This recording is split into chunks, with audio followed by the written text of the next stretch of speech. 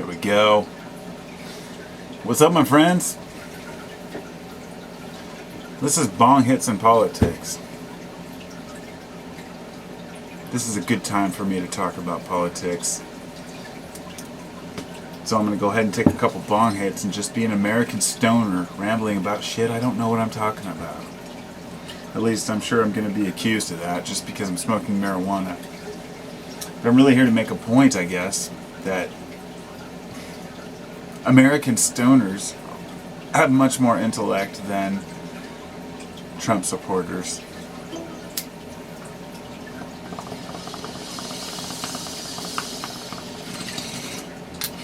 I just previously made a video about politics. Let's see, it's uploading right now. It's called Politics This Evening, Trump Chumps and Sander Fans. And I wanted to add a couple points because after I made the video I realized I hadn't included a couple important points I wanted to mention. One of them is that while a person might say, hey, who are you? You're just a stoner, you don't know shit. You're right, I don't.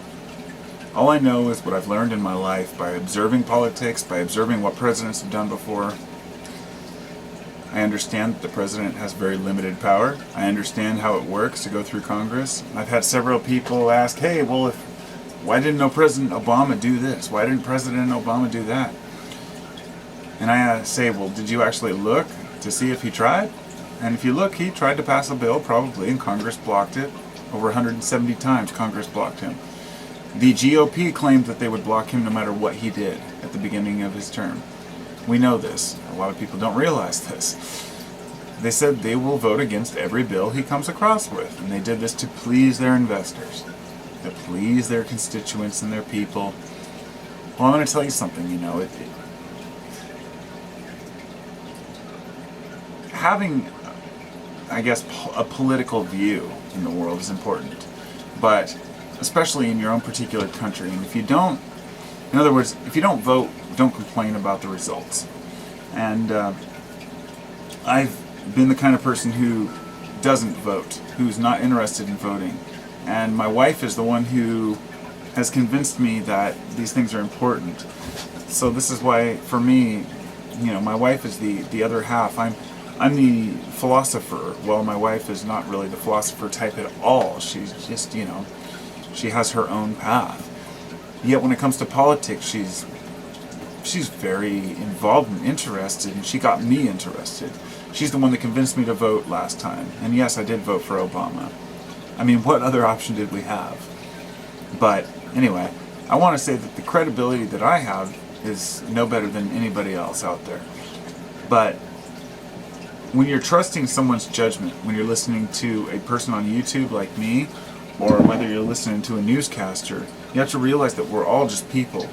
I know no more or less than somebody like Bill Maher or Bill, God, why can't I think of his name right now?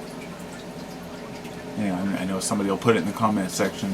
But anyway, the arguments that go on from right to left, and all these people who claim to have all this evidence, but really a lot of their arguments are weak. Even some of the most outspoken, intelligent people have really bad arguments. So I'm not going to let myself be held back for not making my argument merely because there are people out there who claim to have credibility or authority. Because my research goes into more than just politics, it's philosophy and understanding life. My belief is that I believe in the philosopher king theory, that all kings or leaders should be philosophers. Not that all philosophers should be leaders, but all leaders should be philosophers. First and foremost. And I'm in the process of writing my own plan for a future of, what should happen in a country. It's just my theory, but the first one is that every leader should study ancient history, including the collapse of the Roman and Greek Empire, the whole deal. Everything through history that we know or that we can learn should be understood. And in many ways, this has been implemented through Freemasonry, which is a way for people to understand the greater, bigger picture of the universe, or rather, the world we live in, at least. But I don't want to get into that because as soon as I say that, there are going to be 100 people saying, oh, Freemasons are evil, I've heard it all. 20 years ago I thought Freemasons were the biggest scourge, that they were trying to destroy the world, and the more research I did, the more I realized that the whole idea of a new world order is not evil or bad. Nobody wants to live in an evil world. Everybody wants happiness, but the mystery schools are what led to things like Freemasonry. The understanding of these people was that the history that we have is tainted by greed, by corruption, by political strife and turmoil, and that a leader should have the best interests of the people at heart. This doesn't mean that all the people who are involved in these things are good or bad. It just means they're people. They're individuals like you and me. Like when people see Trump up there, he's just an individual. It doesn't matter how much money he has, how many buildings he owns. He's not in all of those buildings, nor is he spending all of that cash at any one time. Every day Trump wakes up in his house and takes a shit and a shower like everyone else. And these are the things people forget, that these are humans. Now, Bernie Sanders is no different. Wakes up and he shits and he showers and shaves. Here's why I wanted to make the second video here, because I forgot to mention that, everyone can talk about politics. But I did sit and watch the Democratic debates, both of them so far, and the Republican debates.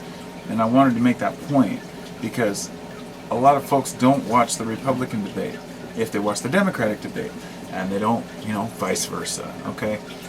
If you want to have a standpoint on what you think is important in this country, then you have to stand firm by it, but at the same time be pliable and realize that if you're, say you consider yourself a Democrat, I am not a Democrat, and I'm not a socialist, I'm not a liberal, but if you were going to define the true meaning of liberal, that would mean someone who believes in equal rights for all, someone who believes that all people should be treated equally.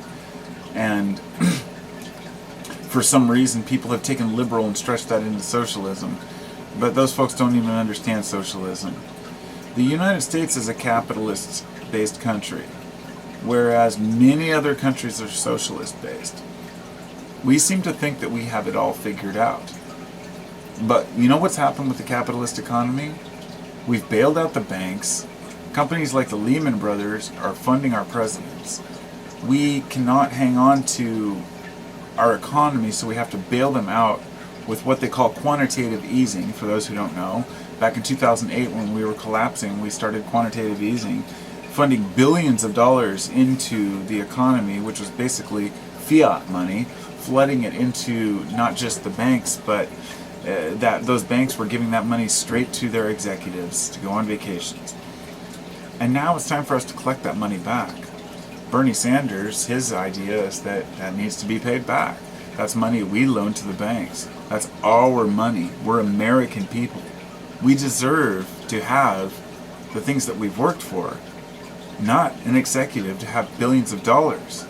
And I'm sorry, but eventually the people will march in and take what we deserve and what we're owed.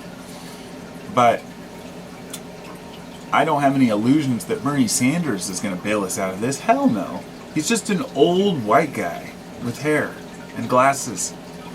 Takes a shit in the morning, takes a shower, the same as everybody else, okay? When I hear Americans arguing over the petty details, they're missing the bigger picture. You cannot go with Trump and ban Muslims or build a wall or try to keep out terrorism. You have to understand the root of why people act this way, and understand that there are Kurds that are Muslims, that are neutral Muslims, that have women in their military, that aren't as oppressive as many regimes are. Just like there are extreme Christians and moderate Christians, there are extreme Muslims and moderate Muslims. There are people who practice Buddhism lately, and there are people who sit in caves and meditate,